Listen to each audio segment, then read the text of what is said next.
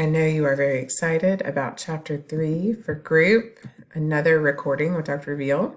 This time we're talking about ethics in groups. So you've had a class of ethics over an overview, and we touch on ethics in every class. And so group ethics are a little bit different, right? Because we can't guarantee confidentiality. It's not absolute. The members are individuals. They're free. It's not between the therapist and the client for individual. It is an entire group of people. And we really, while we would love to be able to control people when they leave our group, we don't have control over what they say. So the best we can do is just really emphasize confidentiality and safety. And if we hear of something happening, like for instance in drug court, and then we deal with it in the group, which that's happened to me before. But you need to make sure they are making an informed choice. And here comes the gray area, right? Because if you're forced into a group, then, is your informed consent, does it mean anything? So, but you have to have an informed consent for group, just like you do for individual therapy.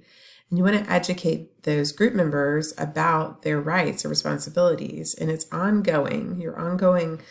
It's an ongoing process. It's not a one-time event. You're consistently talking about the rights of group members and confidentiality, reminding them, and also helping them to understand that what they say you can't keep confidential. So for instance, there could be something where an individual has something really sensitive or delicate that they don't want to share in the group because they're fearful of their confidentiality being violated. And so they could speak with you after group or set up an individual appointment with someone that you refer them to.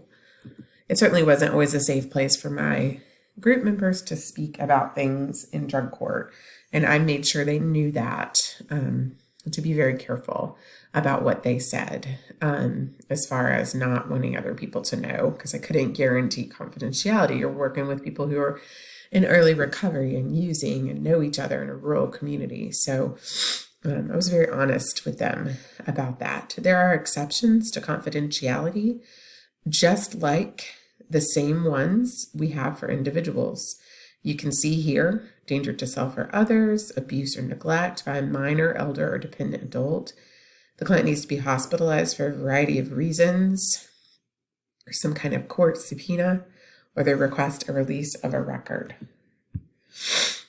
I have already talked a little bit about this, but the ethics of social media and group work. There's an increased risk of breach of confidentiality. So we definitely know that there's an increased risk for engaging in social media. You think about online behavior, and you want to cover that in your informed consent, that I will not talk about what happens in group or the nature of the people who are in my group online. It needs to be part of the rules, the group rules. As you starting that group, you have your informed consent, you have your group rules where you set your norms, and then you reinforce over time. Just really being considerate of others and protecting that confidence of the others in the group.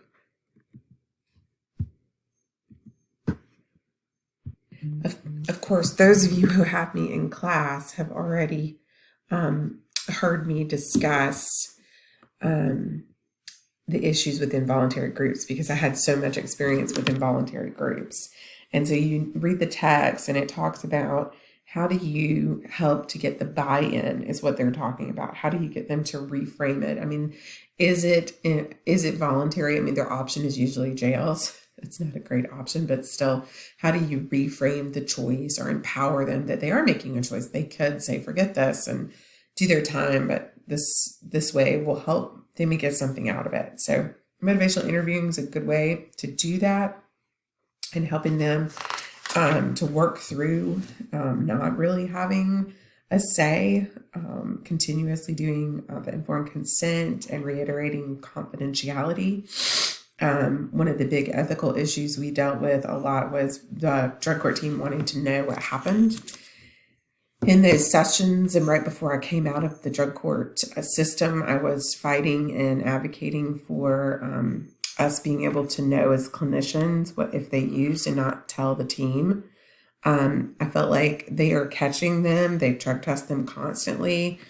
That shouldn't fall in our wheelhouse, that they should be able to process those relapse and talk with us about that. I really think drug court would work better that way, because they have nowhere really safe to talk. So that's something to chew on. So freedom to leave a group, you should be able to leave a group, but if you're in a situation like a drug court, you certainly don't have really the freedom to do that. In a voluntary group, of course, you should always be able to leave, but why are they leaving? And maybe being able to use that as a therapeutic tool where they're bringing that individual in to discuss why they're leaving or what's happening for them. But in a voluntary closed group, you would, of course, want them to do the 12 sessions and stay in it and stay with it and be present.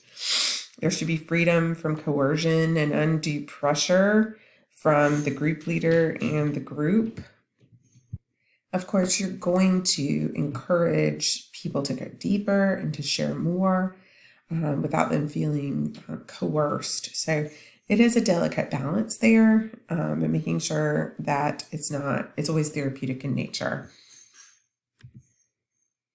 I actually made an error with this a few years ago when we were doing our own groups, challenging my group to go deeper. They'd been a cohort for a while, and it backfired on me. I thought I was doing a good thing, but the person shared more than I realized they were going to share. Everyone was going a little deeper, and it just was one of those things that it was harmful. I think the person thought it was harmful. So it's just a delicate balance. You never know what people are thinking or where they're coming from sometimes when they share. So just take that nugget of my mistake there. So groups are always a risk. Sorry, guys, I had to stop and start a few times, but this is really important. Okay, it's a risk when you go into group, and it's a risk in this class. So let's use this class as a microcosm of what your experience will be. It's a little bit scary to think about meeting in group with people and being vulnerable and talking with them. The ACA Code of Ethics specifies that in a group setting, counselors take reasonable precautions to protect clients from physical, emotional, or psychological trauma. This includes discussing the impact of potential life changes and helping group members explore their readiness to deal with such changes. Advantages, disadvantages, group, and risk are key things to discuss with your clients. It can definitely disrupt or change your life, make you more self-aware. You can be confronted. Other group members could potentially gang up.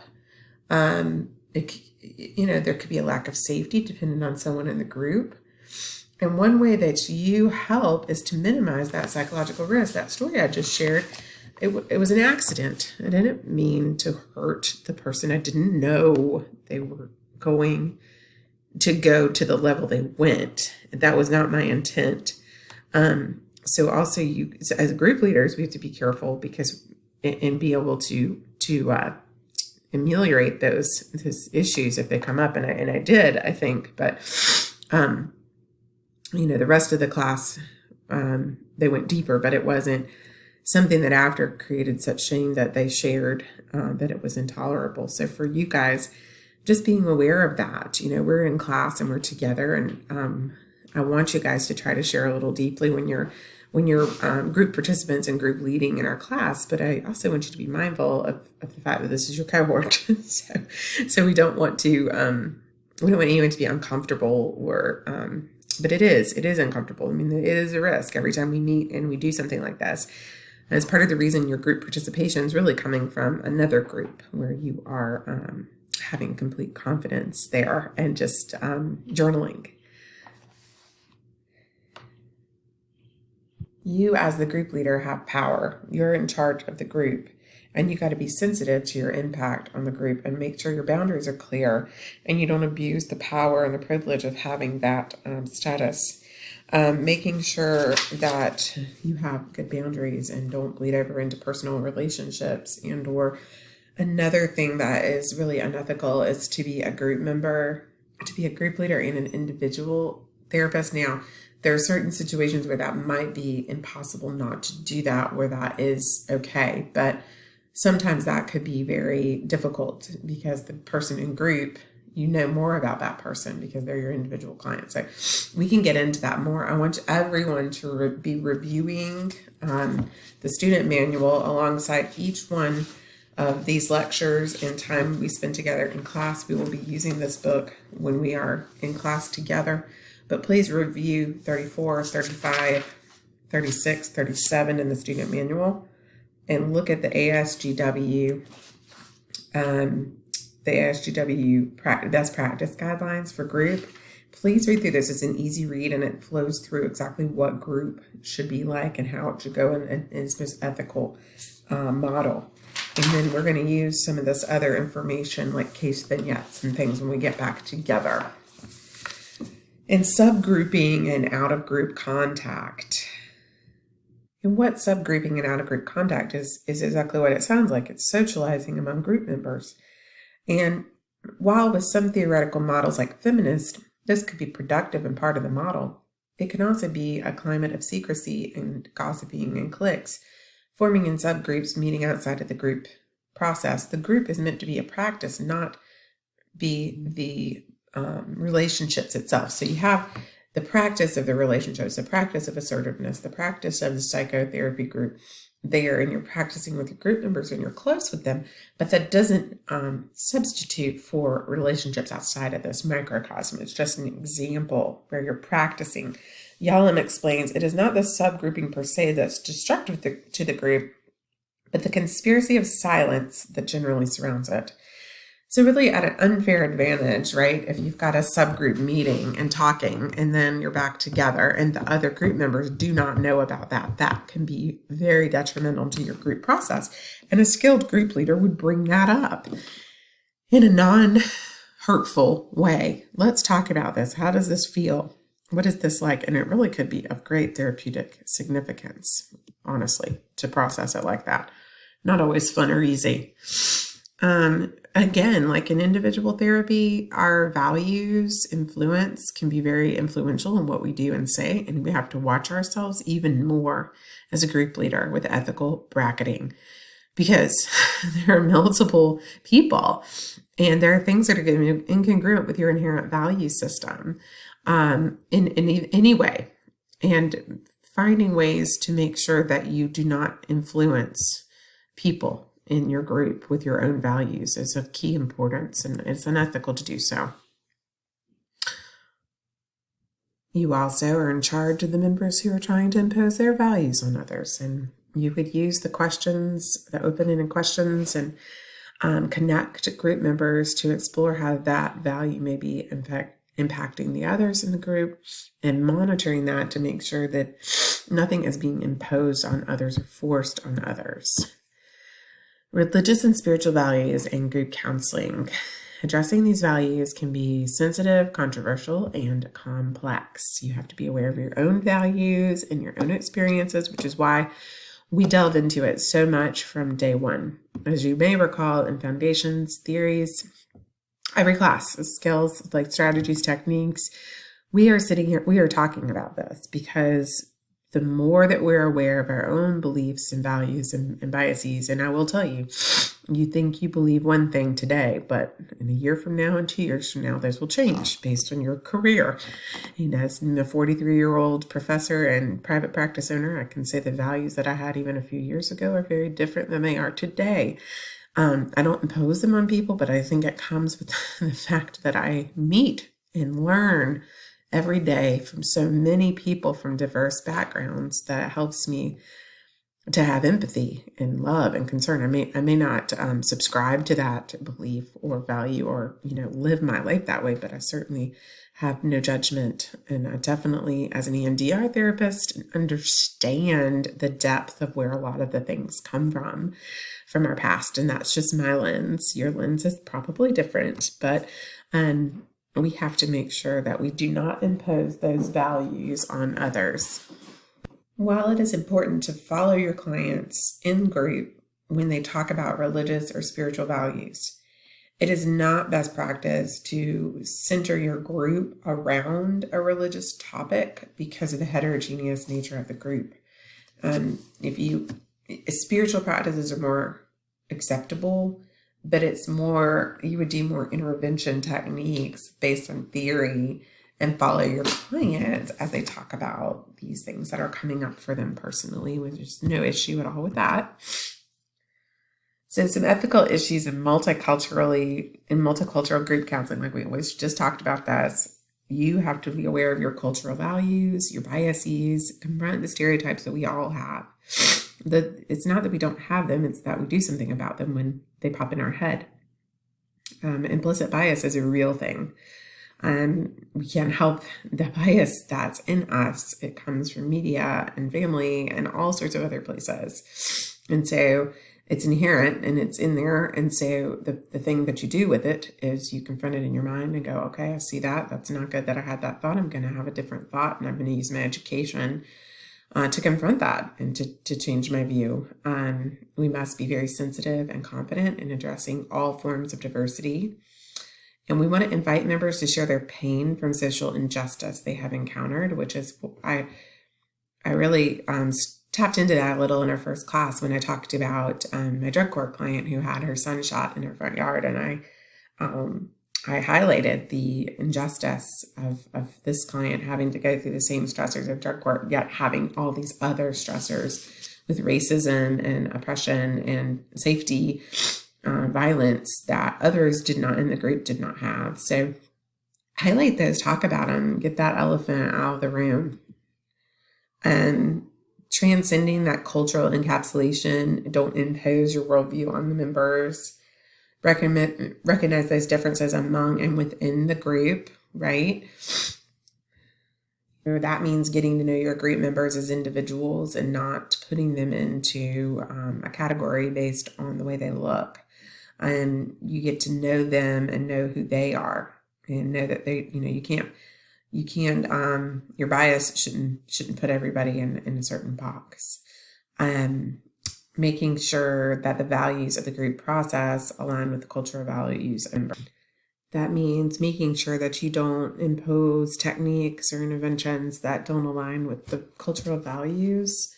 Guilt and shame are used in Asian families. And what if you're doing like a combat shame group or something like that? And you just have to be careful with what you're doing and know your people. You can very honestly ask, what is this like for you, this activity? Who feels comfortable with this, who does not, and just making sure that your group is on the right track with you and moving forward. All right, using group techniques. You have techniques just like you do in individual, right? And we talked about the skills, and then you have like interventions or techniques, like things that you do in the group. And that's where we get into the theory part of the book and talk about how we use these theories for group. Probably the most important thing about these techniques is that you have a really good sound rationale for the reason you're using it, and that you're not doing it to impose your own agenda, or that there's something that, just making sure it's not going to be hurtful. And if it is for some reason, that then you quickly help to remedy that and apologize if you're in the wrong. If you did push something or suggest something. But just making sure that you're following your group. And usually you have a theoretical orientation, so it's very easy, like a CBT group. You can have a real method to what you're doing and a process. So how do you become a competent group leader? How do you do that? How do you assess your level of competence? And part of that is in your student workbook. We're going to go through some of this when we get back together, but the best practice guidelines, reading through all of that, questions to consider. We're going to do the case vignettes together, but you can read through those, of course, if you want to, but you can wait on that till we get back together. Have you been trained? You're being trained now. You're going to have a class, and there's a reason for that. But if you're going to lead groups on a regular basis, you would even need more training. So for instance, the groups that I led, I had extra training. I was certified or had training certificates and everything that I led. So when I led, relapse prevention therapy, RPT, that's an actual modality. I went for a whole week and practiced and learned, stayed in a hotel. I think it was like 4 days, and went up and learned how to do that. The one for the DUI court, I can't think of the name of it, but I had an intensive training that I had knowledge and skills. It's very important that you have the knowledge and the skills for what you're doing, that you understand the population that you're working with and the techniques that you're working with. And this, when I don't, I get consultation and supervision, and I'm making sure I'm in personal counseling, because if you think your issues are going to come up in individual, you can only imagine what's going to happen in a group. So continuing to be in personal counseling. I'm soapbox, but my whole practice has a therapist they see at least quarterly, if not more regularly. So I really think that's best practice for us going forward. Training of group counselors. I've already touched on this. I mean, you have this class, but that's just the baseline, and it says that in your text. I mean, professional standards for training of group workers specify 2 levels of competency and related training. First is a set of core knowledge and skills that provide the foundation on which special ed training is built. At minimum, 1 group course should be included in a training program, which of course we have. But then you should also have 10 hours supervised practice, which we do have, 20 hours recommended for core training, and have mastered group work specialization in the 4 areas. More supervision on this, and definitely more training, like I just mentioned. I mean, I think if you're going to be leading a group, usually that most ethical thing is to be trained in that modality, even at a higher level, and have supervision. That is going to make you a group expert. And that's why I got really good at what I did, because I had a lot of training and supervision, and I made a lot of mistakes. So you will too, and that's okay. I didn't do anything that was so bad that couldn't come back from it or highly unethical, but it is, like I said, you're very much like leading a symphony in a group, and it is an interesting process. It is very different than individual, for sure. Ethical issues for you when you're learning to be a group worker is making sure you understand not only the didactic approach, but experiential. And that's a really important, beautiful piece of group. Understanding how essential and key the informed consent is, and that ongoing permissive informed consent process where you're reminding group of informed consent and of being a professional, and making sure that you're trained in the way that you need to be trained, and that you have what you need to be an effective group leader. I'm going to back up for a second. Up until this year, so let me help you understand. Didactic is when I'm training you now, right? We're learning the information. Experiential is the group part, where you're actually experiencing being in group and leading group. That's the experience part. You're also going to do that in practicum and internship. But we used to do that group on campus and have a graduate come back and lead it.